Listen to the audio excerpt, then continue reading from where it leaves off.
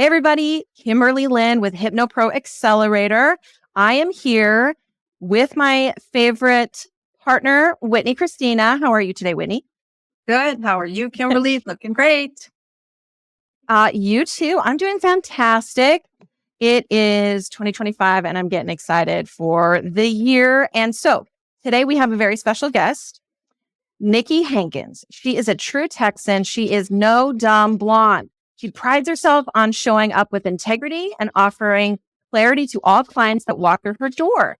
Her unique style of business, no nonsense attitude, and a sense of humor allow you to feel comfortable and trust that she will take your business to the next level. She is the owner and operator of No Dumb Blonde Accounting. This is probably my accounting firm that I need to use. So let's get started. Welcome to HypnoPro Accelerator, the podcast set to transform your hypnosis business. I'm Kimberly Lynn, and alongside my partner, Whitney Christina, we're your co-pilots in the fast lane to success for professional hypnotists. Join us as we explore the art of building a thriving hypnosis practice. We'll discuss captivating offers, effective client communication, and share our own insights from the profession. No gimmicks, just practical strategies from two experts who understand the world of professional hypnosis inside and out. So grab your coffee or something stronger we won't judge and settle in and get ready to accelerate your hypnosis business like never before. It's time to take your practice to new heights. Let's make it happen. All right, we're back. Nikki, how are you today? Hey, I'm doing great. How are you? I'm fantastic. As you can tell, I get really excited about stuff like this. I always feel so not a numbers person, and I love already the name of your business. How did you come up with that? So, I'm blonde, obviously, and for a very long time growing up. So I'm not only blonde, I'm also Polish, and I'm also an Aggie. So I've heard just about every joke there is out there, and for a long time growing up, I got all the jokes, and oh, you can't do that, and you can't do that because you're blonde, and there are also times that I will do something and I'm like, hey, I'm just blonde. I'm blonde. Like, give me a break. Mm-hmm. So, I use it to my advantage when it's good for me. But yeah, I decided that I needed a name and I wanted it to be something fun and something catchy. And so it was No Dumb Blonde. I love it. I love it. So we're starting 2025 and everybody's starting with resolutions. And I'm like, okay, that's cool. We're starting 2025, our first podcast of the year, and we're talking about knowing your numbers. And as an accountant, what advice would you give somebody just starting out? What do they absolutely need to know? And tell us what happens if you don't know that. Just tell us all your stories because you have some great ones. So the biggest thing is don't be scared. Like, I have people that come to me and they're in such a panic and they're so anxiety riddled. They need y'all, first of all, to get rid of that stuff. Yes. But or they need themselves or however it works. But they come to me and they're so anxious about everything because they know it's important. And yes, it is extremely important. The biggest things with knowing your numbers, you want to know, can I hire somebody to work for me? Can I buy new equipment? Can I can I get my own office? There's so many questions that people have, especially when they're starting out. And if you don't know your numbers, you don't know. You may hire somebody and then realize you don't have the money to pay them. Or you may decide you were ready to move into an office and guess what? You can't actually afford it after the first couple months. So those are the kind of things that it's crucial to know your numbers, to know your cash flow more than anything, and to find out kind of what your trends are in your business. Are you going to have slow times? Are you going to have, a down month for some reason? And that you're going to have to prepare for and save money for that month because December's a really slow time or whatever it might be. So those are the critical parts for knowing your numbers and knowing, what's happening in your business. I have a lot of clients that come to me and they've already started their business and it's okay. It's not ideal. Obviously, if you start out strong, then you tend to have, with a good foundation, then you tend to have a stronger, faster growth period. But, either way, it works. For those starting out, don't jump into QuickBooks. Don't jump into an accounting program. I have so many clients that come to me and they're like, "Oh, I've already got QuickBooks." And I'm like, "You don't really need it, but okay." Because it's an expense that but they have a really good marketing department and people see the commercials and they think, "Oh, I'm going to be a business owner. I need to get QuickBooks." And it's not necessarily the case. I have a really robust spreadsheet that I use for clients that, can get you through a lot, and that the tax preparers are perfectly fine with those reports. As long as you're not bringing them a box full of receipts, they're usually pretty happy if they've got a report that lays things out. So that's another big thing when you're first starting out. Don't feel it's required for you to jump into an accounting program right away. Ask some questions and find out. Make sure you get everything settled with the state wherever you are. Each state has a different website for business owners, but they're all pretty good. I know the one in Colorado is really helpful. The one in Texas is decent. And it's pretty decent at walking you through everything you need to know. They've got checklists that'll show you, make sure you've done each and everything so you don't forget something. But those are the big things. Getting set up with the state, get set up with a bank. You can't do that till you get set up with state, but you need to get, a bank. You want to establish a relationship with a banker at the bank. That's going to come in really handy down the road. Those are all really important things as a new business owner. Like, subscribe, share this episode. We are now on YouTube podcast and on Apple.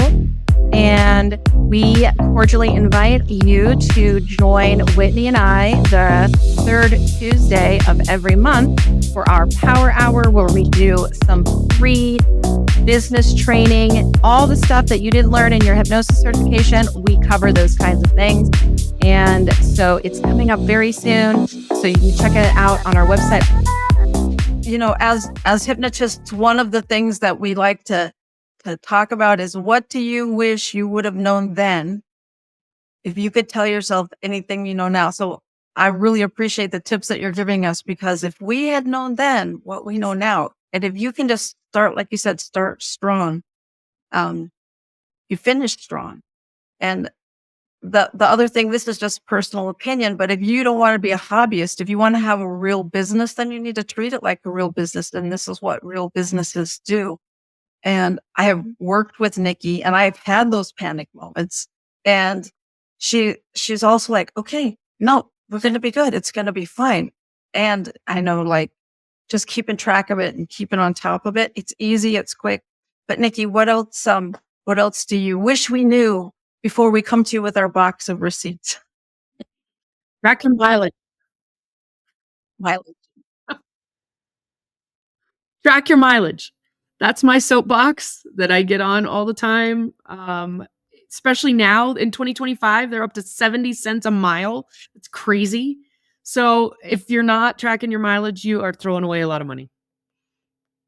And that's like when you go to a networking event, when you go to see a client, when you go to Office Depot to pick something up, if you're having a business lunch with somebody, like anywhere that you go, if hypnosis is attached, right? And there are apps, right, that'll just automatically do it for you right now if you just put it on your phone, right? You can kind of have it. I mean, I don't know. Do you have to have it running in the background the whole time, or does it automatically turn on? Do you know what apps would be good for tracking mileage? So I use MileIQ. I call it Tinder for mileage, because you swipe right or you swipe left, depending on if it's business or personal. And it runs in the background. And so luckily I don't have to remember to turn it on. QuickBooks, back to QuickBooks, because I do work in a lot in QuickBooks. Once you get to that point, and if you have QuickBooks already, they do have a mileage tracker as well. I think it also runs in the background, but I'm not positive. But there's a ton of them out there. So, and many of them will just keep running, and that way you don't have to think about it. The other nice thing that I've learned is when you go to do expense reports and things like that, and maybe you've waited too long at the end of the year and you're trying to remember, oh my gosh, what did I do in March? And it's now January of the next year. You can go through that mileage tracker and it'll show you where you were. And you can remember, oh, that's right, I had a meeting with Whitney, or I was at a networking luncheon or whatever it might be. And so it's actually really helpful for that as well. Nikki and I were in a meeting where this gentleman brought up Hurdler. And as soon as he did, I got that the Hurdler app runs in the background and it tracks everything. Also, I attached it to my bank accounts and my credit cards. So when a charge comes in, I can say business expense, had meeting with Kimberly, bought this, did that. So that now when I give Nikki my spreadsheet, it's going to have a lot of stuff in it. And it takes Nice. I love that. I wrote that down. I'm going to go check out that app for sure. That sounds really good.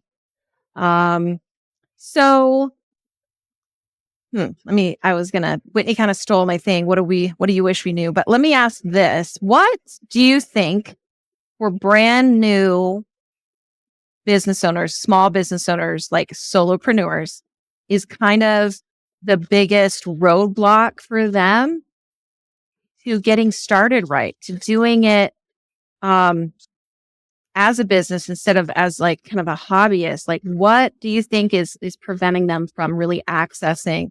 And is it information? Is it emotions and the shame around money? What do you think it is? So like initial, right in the beginning, I think it's fear and lack of knowledge. So people go into business to do what they're good at. And that's rarely what I'm good at. Some people go into business to do what I'm good at, but that's fine. And they're accountants and there they are. But a lot of other people that are my clients go into business to do things that are not accounting, are not admin related tasks. It's hypnotherapy, it's whatever it might be. And so they don't have the knowledge of the accounting side of it. So they get scared. And so I know I have money in the bank. I know I can afford this right this minute. So I'm okay to move forward and I'm just going to keep going with my business. Well, then it turns into 6 months later and now things are maybe a little tight, or you want to get a loan and the bank asks you for a profit and loss statement and a balance sheet. And you're like, I don't know what that is. Or, and so then things start to get crazy. And then the anxiety levels build because now you've got to go backwards and recreate everything that you've done for the last 6 months. So I think that's a big piece of it. Then at that point, the shame sets in. And it's, people don't want to reach out because they're like, oh, well, I should have been doing this from the beginning and I haven't. I'm going to tell you right now, the longest I think that a client waited was 12 years. She had not done her taxes in 12 years. She had not had anybody help her in 12 years. So don't be ashamed. Don't think we haven't all seen it before, and it happens. Again, people go into business to do what they're good at. And so that's what they do. And that's what you want to keep doing. And if you don't, if you don't find somebody to help you, or you don't get the education that you need to do it, then you're not going to get to keep doing business with what you love to do. And that's sad. Yeah. So, what you just said reminded me of a thought I had when I was working with a client. Here's this little story time. My client had a phobia of going to the doctor and getting medical treatment. And in the course of the work that we had together and reframing the way that a person thinks about going to the hospital, was that, well, if you're having a medical emergency, there's really no better place to be than in the emergency room. Being in the hospital is a good thing because this is where you need to be if you need medical care. And to switch it up and help get rid of the shame, an accountant is exactly who you need to talk to when you're feeling like you don't know what the heck is going on, you're out of control, you don't know what to do, you don't know how to set it up, or it's been 4 years. Who better to talk to? There's no other better person to talk to who could possibly be more understanding than a person like yourself. Exactly. And I'm very good at talking people off ledges, like y'all. Yeah. I have to do the same thing. Like what you said, when she called, when she and I got together, she was kind of on the ledge and she was kind of panicking about how she was going to get things done in time and how, and it's like, I got you, Yeah. and I guess it's kind of selfish on my part that's one of the reasons I absolutely love what I do. And y'all probably feel the same way, but I see a physical difference when I'm meeting face to face with somebody and we sit for half an hour, and we talk. I see a physical difference in them when they leave and we have a plan, and it's like they know I've got it. They know things are going to get taken care of. And this is a huge weight off their shoulders. And I love that Yeah. part. And it's, like I said, it's part of why I love what I do. And I have a feeling that y'all see the same type of stuff when you have clients come in for the first time. Because I know the first time I came in to see Whitney, it was like that.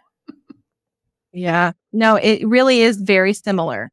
I 100% understand what you're saying. All that fear and confusion is scary, and it'll make you just freeze up. And so having not even changing anything other than knowing that you are going to get out just with a plan, it changes everything. Yep. For how people feel. And Nikki said something that I get a little geeky about. So once you've been there for a little while and you have like a year's worth of numbers, then when so you have 2024's visits, you have 2024 sales, you have 2024 expenses. Now you can look at trends and see where you are. And then Nikki kind of becomes like a coach. Okay. So if you want to have a 10% increase in your business, see one more client a week. It makes it easy. It's a plan. I know I need a plan. I know I need somebody to tell me this part. I can do this if you tell me what to do, but I can't do it if I don't know what to do. So Yeah. Nikki's so can you talk a little bit about that? Because I'm geeky about that, about growth and numbers and how you can, it's just by knowing your numbers, you can up your game. Go, Nikki, go. Here we go. Okay. Well, that's exactly it. Kind of like I said before, it's you can't move forward without knowing your numbers, and so when especially after we've got a year under our belt, that's great because then you can, like Whitney said, you see the trends and you can see stuff like that. And we can say like, oh, April was really bad for you. Why was that? Oh, well, I went out of town. Oh, okay. So April's not always probably going to be bad for you. You were gone for 3 weeks out of the month. So that makes sense that you didn't have as much money. Great. Okay. So now we figured that one out. So what about, this? And we can look at those things. Why is your advertising budget so all of a sudden, you spent $2,000 in advertising? Oh, well, I took out, some Facebook ads and I did this. Okay. So that's not going to be an every month thing. Good. So, and then we can come up with an actual budget. And then we can say, okay, so if you, like Whitney said, if you want to grow this much, you either need to increase your price for the clients you have now, or you need to take on 1, 2, 3, however many more clients. Or, hey, maybe now it's time to hire somebody that, can, I can't take on more clients because I'm, spending 3 hours a week doing my admin stuff. Okay, well, what if we hire a virtual assistant? Or what if we hire an accountant? Or what if we, take some of that off your plate? Then you can do what you're good at and let them do what they're good at. And, then you can be making that money that will cover the cost of hiring that person and bring in more money to your bottom line. And you said $2,000 for Facebook ads. What would be really interesting to me is if I spent $2,000 on Facebook ads, I would want to say, okay, did I make any money? Was it worth $2,000? That's right. Should I do it again? That's right. Your return on investment. Yeah. Yes. I love what I'm hearing, because what I'm hearing is that you're not just a bookkeeper or necessarily even just an accountant. What you're doing is like I saw on your website, strategy analysis. You're doing some coaching. You really help your clients make probably very logical and wise decisions based on the data. So you're not just crunching numbers and giving them a report and then they still don't know, what does this really mean? You're actually really breaking it down for them so they can understand it and move forward with more knowledge, really. Exactly. That's the goal. And I do have those clients that they, for one reason, or either they don't have the time or they don't have the desire. We don't spend a lot of time planning and analyzing until it comes time that they're like, and then they call and they're in a panic. But the other clients that I have that, we meet quarterly on a regular basis, and we go over things every quarter. Or I have a couple clients that I meet with every month, and we go through everything, go through their profit and loss statement. We go through everything they're doing every month, and they really have a good handle on things, and they know exactly where they are, and they don't stress about that stuff anymore. They know they can move forward, and they know they can do things, and they may all of a sudden they say, hey, I want to, get a new piece of equipment. They call me on the phone. Hey, I'm thinking about doing this. What do you think? We'll pull up their stuff, and it's like, let's wait a month, and then you'll have the cash instead of having to finance it. Or, you know what? You could use some, deductions. Yeah. Why don't you do it and finance it as long as the rate's good, and all those things. So yeah, we do a lot of strategizing. And I love that part. It's like putting a puzzle together for me. That's a lot of fun.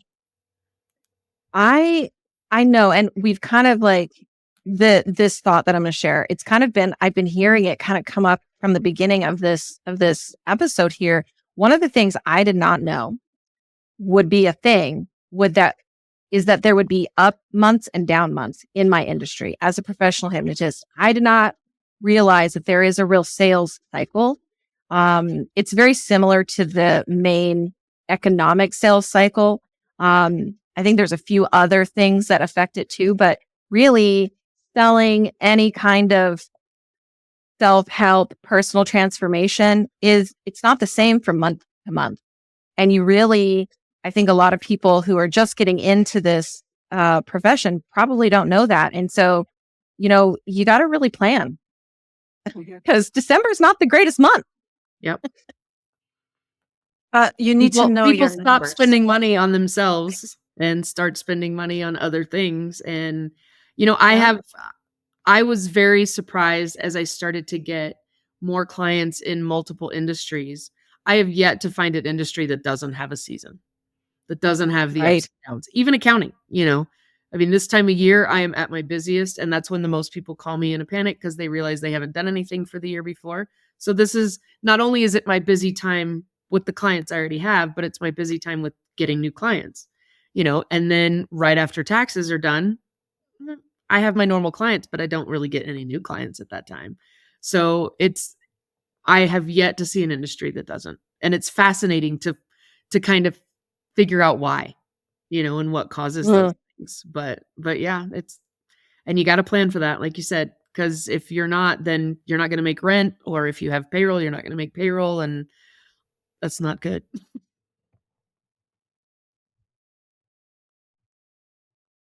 I know one of the things that Kim is really big on is productivity, and meaning her productivity as the trained professional.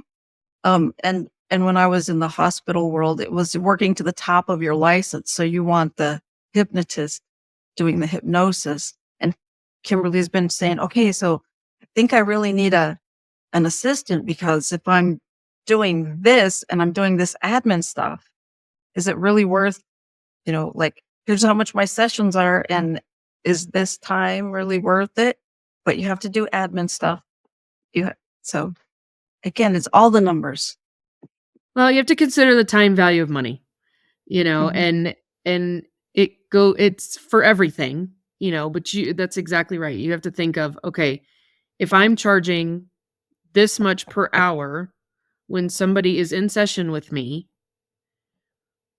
and it's going to cost me half that or a quarter of that to have somebody sending out emails for me, wouldn't it be better for me to be able to bring on another client and pay somebody for that hour, because you're losing money for every hour you're not bringing on a new client and having somebody in there. And, in the beginning, obviously you don't have that luxury when you very first start out. Very few people have that luxury unless, they have a spouse or a parent or somebody that's going to independently just fund their business, and good on you.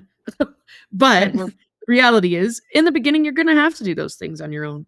But you need to realize that the faster you can get those things off your plate, the faster you're going to grow, and the faster you're going to be able to expand and make more money. And it seems counterintuitive, like, well, I'm going to spend more money. Right. But because you're spending that money, you're going to be able to make more money. Yep. I love it. I think that's a good place to wrap it up today because we are hitting like 24 minutes here. And thank you, everyone, for sticking with us this long. This has been a really great conversation, Nikki. Thank you so much for being our guest today. Thank you. It was so nice to meet you. You're very welcome. All the information for Nikki will be in the show notes. But with Nikki, where can everybody find you if they would like to work with you? And do you work with people out of state? So I work with people all over the place. I have clients in multiple states. I live in Texas and in Colorado, but I'm everywhere. So super easy. My website is nodumbblonde.com, and it's blonde with an E. And yeah, just check it out. It's a fun website just to go on and take a look at. It is really cute. I love it. I get it. I see that inside of you. So thank you so much for being here today. Whitney, any words of wisdom as we head out? I just have to say, I've worked with Nikki. I've worked with this plan. Do it. You will save yourself so much pain and heartache. Just do it. And it's easy. It's really, Get really all the easy. weight Once you off your shoulders, right? It's just like when you go to see the hypnotist, you feel like a burden is lifted, right? So it really is that way when you talk, oh, okay, this is fine. This is the way it is. Okay, then do this. Then I can do that. Nikki, I can do that. You tell me what it is and I can do it. Awesome. Thank you so much, everybody. And we'll see you all next time. Bye. Bye.